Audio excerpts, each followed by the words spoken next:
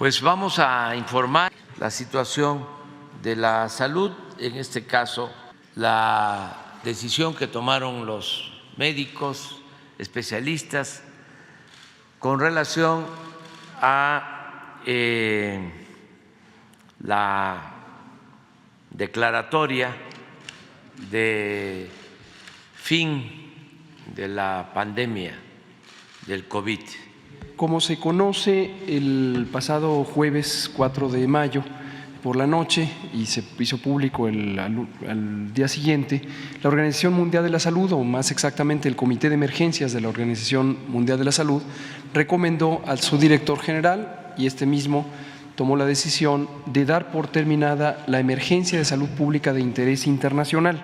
Este es el término que tiene en el Reglamento Sanitario Internacional.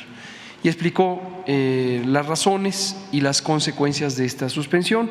También aclaró que termina el estado de emergencia emergencia de salud pública de interés internacional, pero que desde luego la existencia de COVID-19 como una enfermedad de carácter epidémico o el propio virus SARS-CoV-2 permanecerán seguramente de manera perpetua en la especie humana.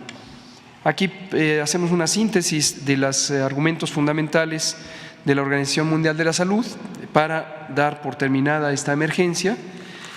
El primero es el reconocimiento de que existe una tendencia decreciente continua de las distintas consecuencias de la epidemia, los casos, las hospitalizaciones, las defunciones asociadas con la infección por SARS-CoV-2, con COVID. Lo segundo es que en las poblaciones humanas se han alcanzado altos niveles de inmunidad, ya sea por infección o por vacuna, o ambas, por supuesto. También que las variantes actuales del virus SARS-CoV-2 son variantes menos virulentas, es decir, tienen menor capacidad de causar daño grave. Y, por último, que el manejo clínico, el tratamiento de las personas enfermas ya tiene una mejor capacidad, no solamente por la existencia de algunos medicamentos, sino también por cambios en la práctica para tomar mejores decisiones sobre cuándo intubar, cuándo no intubar, a quién hay que darle medicamentos antiinflamatorios, esteroides, a quién no, etcétera, etcétera, etcétera. El punto es que estas características se cumplen también en el territorio mexicano. De hecho, se cumplían ya desde hace varios meses, como lo habíamos venido señalando.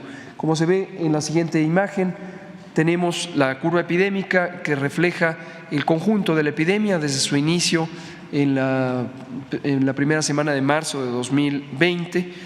Y ven ustedes las 6 olas que hemos tenido de esta enfermedad. Lo que se representa en las curvas es precisamente los casos. Y en una línea roja se representa la hospitalización, el porcentaje de personas hospitalizadas, y en la línea negra el porcentaje de personas que fallecen estando infectadas por COVID o por el virus SARS-CoV-2. Y podemos ver de manera muy clara donde está la etiqueta morada, que es cuando entró Omicron en noviembre de 2021, cuando hubo un cambio muy importante en la epidemiología de COVID-19 en México, consistente con lo que ocurrió en otros lugares del mundo. Como hemos venido anunciando una y otra vez, este cambio principalmente es que, aunque existen una importante cantidad de casos durante las oleadas epidémicas, no se acompañan afortunadamente ya de una proporción importante de personas hospitalizadas y mucho menos de personas que pierdan la vida como consecuencia de la enfermedad. Y podemos ver también en el caso mexicano que las olas 5 y 6, que son las que están en el lado derecho de la gráfica, fueron mucho menores incluso en la cantidad de casos comparadas con la ola 4, que fue precisamente en la que empezó a predominar Omicron. Hoy día Omicron y sus distintas variantes son el 100% de los aislamientos de virus SARS-CoV-2 que se encuentran en México. Respecto a la inmunidad, también en México se cumplen las condiciones que ha señalado la OMS. Prácticamente 95% de las personas tenemos anticuerpos contra el virus SARS-CoV-2. México publicó decreto que pone fin a la emergencia de COVID-19. El gobierno federal suspenderá las medidas implementadas por el Consejo de Salubridad General. El Gobierno de México publicó un decreto por medio del Diario Oficial de la Federación en el que da por terminada la emergencia sanitaria por COVID-19 en el territorio mexicano. El documento con el que dieron a conocer la noticia fue titulado Decreto por el que se declara terminada la acción extraordinaria en materia de seguridad general que tuvo por objeto prevenir, controlar y mitigar la enfermedad causada por el virus SARS-CoV-2, COVID-19. Cabe recordar que durante la conferencia matutina del presidente Andrés Manuel López Obrador, el subsecretario de Salud, Hugo López, reveló dicha decisión, la cual fue tomada después de que la Organización Mundial de la Salud decretara esta medida a nivel internacional el pasado viernes 5 de mayo. Ya sea porque nos infectamos y padecimos COVID, ya sea porque fuimos vacunados en su momento. Y como se puede ver en el mapa, en todas las regiones del país se encuentran estos altos niveles de inmunidad. Estos son los datos que corresponden a la Encuesta Nacional de Salud y Nutrición 2022, en la que hubo un módulo específico sobre COVID y se hicieron análisis de suero para identificar la presencia de los anticuerpos. Entonces, alto nivel de inmunidad también.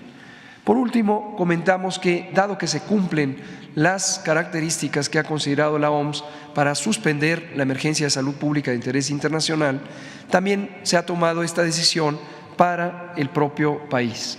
El presidente ha firmado un decreto que pone fin a la vigencia del decreto original del 23 de marzo de 2020, en el que se estableció la situación de emergencia sanitaria asociada a COVID-19. En consecuencia, con este decreto que pone fin, tendrán que darse por suspendidas también las vigencias de los distintos acuerdos que en su momento emitió el Consejo de Salubridad General y el secretario de Salud para instruir la acción extraordinaria en materia de salubridad general. Y en esta lista de 7 elementos comentamos lo que serán los componentes de un plan de largo plazo para el seguimiento de COVID, en la medida en que COVID-19, como lo hemos dicho repetidamente, ya se considera una enfermedad en estado endémico y ya no epidémico, es decir, permanecerá con nosotros por siempre, con altos y bajos seguramente predominando en la temporada fría del año. Algunas recomendaciones, no me detendré en cada una, que quiero destacar, son la 4, en donde México tuvo la más grande reconversión hospitalaria del mundo. Tuvimos una habilitación de 74,000 camas durante el pico máximo de la segunda ola, 11,000 de ellas en camas con ventilador, y es la experiencia más grande de reconversión hospitalaria que se haya tenido en el mundo. El Instituto Mexicano de Seguro Social fue la institución que más contribuyó a esta reconversión. Esto lo que nos lleva es a dejar las bases técnicas para este proceso de reconversión ante la posibilidad de futuras epidemias. La 5 es la incorporación de la vacunación COVID con modificaciones a la política de vacunación contra COVID, ya de una manera permanente o regular en el programa de vacunación universal.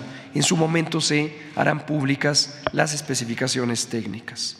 Y lo último, desde luego, la 7, es que mantendremos actualizado el plan de respuesta, preparación, respuesta y recuperación ante emergencias para que sea un instrumento que sirva ante cualquier nueva epidemia. Durante su edición vespertina, el DOC publicó dicho documento de tal forma que el gobierno federal da por suspendidas las medidas relacionadas con la enfermedad que fueron estipuladas por el Consejo de Salubridad General y por la Secretaría de Salud. Primero, se declara terminada la acción extraordinaria en materia de seguridad, misma que tuvo como principal objetivo prevenir, controlar y mitigar la enfermedad del COVID-19 COVID-19. Dichas medidas fueron ordenadas el pasado 27 de marzo del 2020 y publicadas en el decreto por el que declaran acciones extraordinarias en las regiones afectadas de todo el territorio nacional en materia de salubridad general para combatir la enfermedad grave de atención prioritaria generada por COVID-19. Segundo, las instituciones públicas del sistema de salud tendrán que continuar con las acciones que resulten necesarias para la prevención, el control y la mitigación de la enfermedad causada por dicho virus. Tercero, la Secretaría de Salud tendrá que continuar con la ejecución de la Política Nacional de Vacunación contra el COVID-19 para la prevención en todo México en el ámbito que le refiera.